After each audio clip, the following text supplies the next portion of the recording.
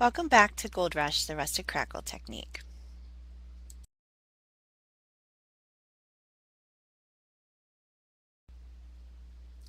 In part 3, we're going to make the necklaces. We're going to learn some great wire wrapping techniques that are very forgiving and very easy to help you create unique one-of-a-kind necklaces.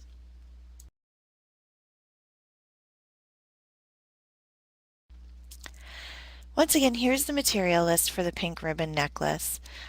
This is the list that you would use to make this exact necklace, but please feel free to substitute your own gemstones or your own colors or whatever you want to make this your own.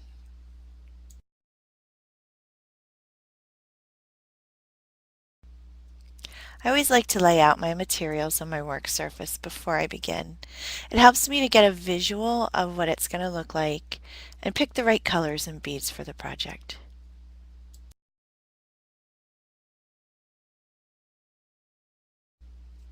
We're going to start by making the focal portion of our necklace. So decided to start on the left side where the chain is. What you're going to do is cut a 2-foot section of 18 gauge wire.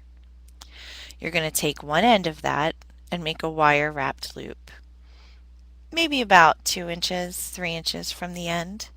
Before you close that loop, you want to add the chain on and then close that loop. Now you have the rest of your long piece of wire and you're going to add your gemstone bead to that.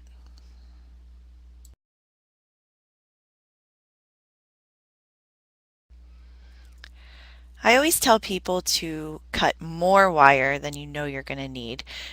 It's so much easier to cut off extra wire than it is to add in wire if you don't have enough, or sometimes you just have to unwrap the whole thing if you don't have enough wire. So that's why we work with a nice long piece like this. Plus, you'll see that you use a lot more than you think you're going to use for this. So the next thing I do is I take that long end and I go through the donut and I wrap it around a couple times. And then I wrap it around the base of the gemstone bead that you've chosen. And then I come up and I wrap it around the base of that wire wrapped loop again. Now, if you want, you can even wrap back down, go through the donut some more, wrap it some more, tuck the ends in. I love the look of a lot of wire. I think it lends itself to a very natural look.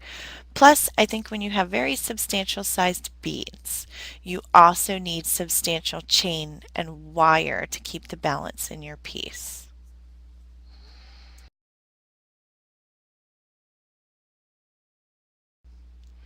Now that you have that done, you want to add the little charm at the end of the chain.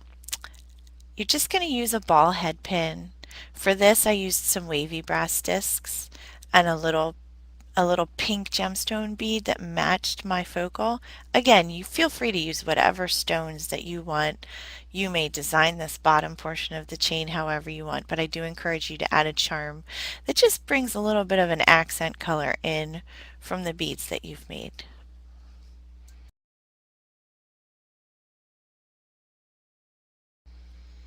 Now we're going to wrap up the other side of the focal portion of our necklace.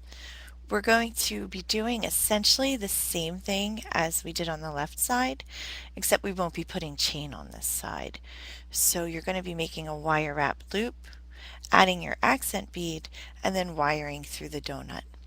I have a video on the next page so you can see that broken down and in action a little bit more close up. So take note of where I hold the wire, how I come through the donut, where I wrap it around, and then how I finish the ends. I just wanted you to be able to see it in action.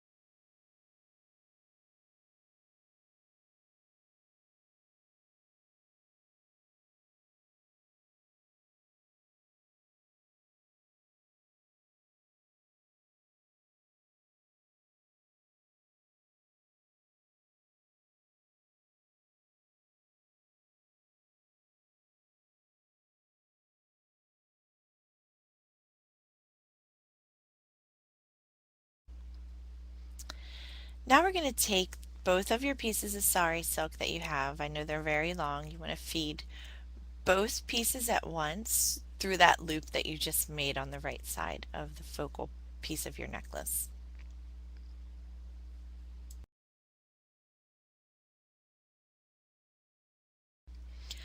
You want to pull those pieces through that loop until they're even, so until both pieces are doubled. So now you kind of have four strands coming out, and then you want to take the whole thing and tie it in a knot.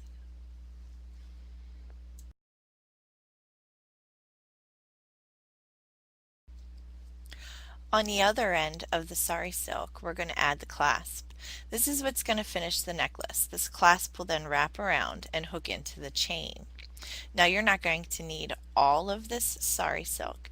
So the way that I measure it is I feed all four ends through that S clasp, that nice big opening that you have there, and then I pull them through and I kind of hold the necklace up to my neck and I test it so I can see where that clasp is going to be and how long that necklace is going to be. And if I need it shorter, I pull a little more of the silk through.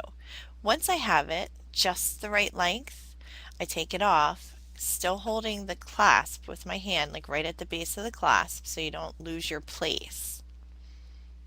And then you're going to fold all the pieces over, so now you kind of have 8 pieces in your hand.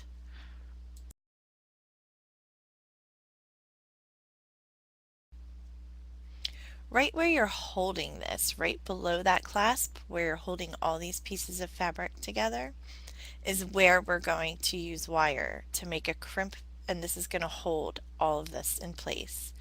So you're going to need 4 to 6 inches of the 18 gauge wire. And what I do is the hand that I'm holding the clasp in, I just add that wire into the mix. As you can see in the picture, my hand is holding all the fabric and it's holding that piece of wire. And you want to hold it really, really, really tight. In the video, in the next page, I show you then how to grasp with your other hand that the remaining sari silk so that you can put tension on it and then fold this wire around very tightly and crimp the ends down to hold them in place.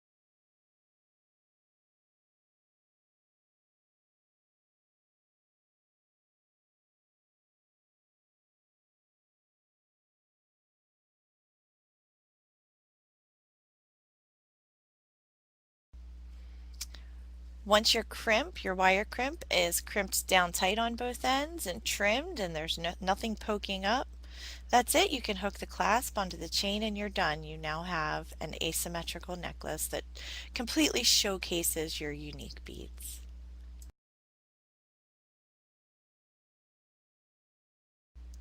Here's the material list for the turquoise and chain necklace. This one is very similar in nature, except instead of sari silk, it uses chain, and the materials vary just a little bit.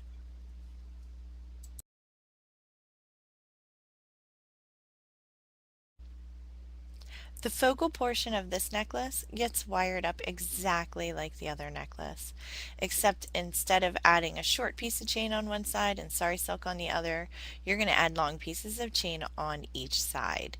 So it's the same amount of wire, it's the same wire wrapping technique.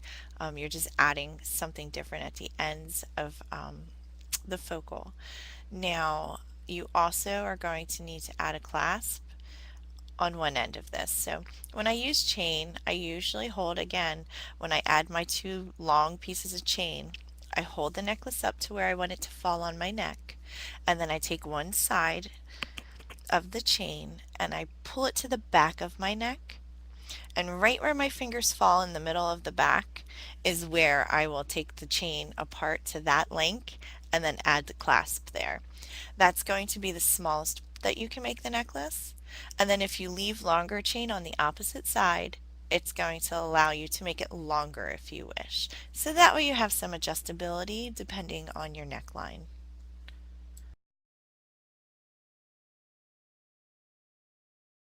I just want to show you a quick variation on what we just did. Both of the necklaces that we made were horizontal, and this just shows you a way to take those same wire techniques and make a vertical pendant with them.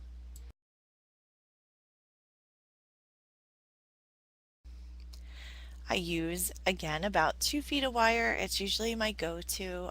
It's usually plenty of wire for these sorts of things. And I make a bail, wrap it around the donut, wrap it back around the base of that wire wrapped loop again.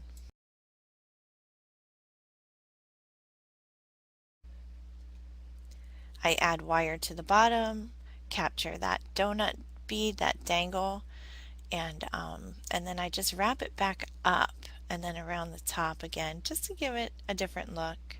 And then you can feed it onto your silk if you want to use silk again. You can put it on leather, you can put it on chain. It's now you have a complete pendant that you could put on whatever you would like.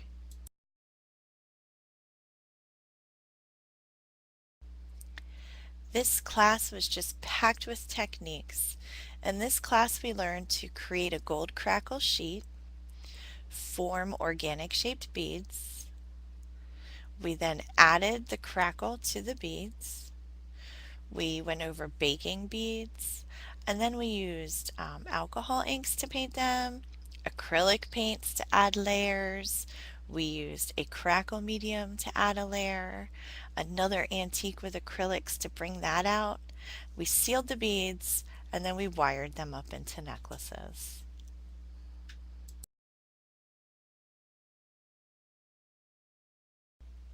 Thank you so much for taking my class. I really hope you've enjoyed your time and that you can take away some techniques that are going to further your jewelry making and your polymer clay experience. You can find my work at stacilouiseoriginals.com, and if you'd like to see what I'm doing on a more daily basis, you can follow my Facebook page, Staci Louise Originals. Thank you again and enjoy.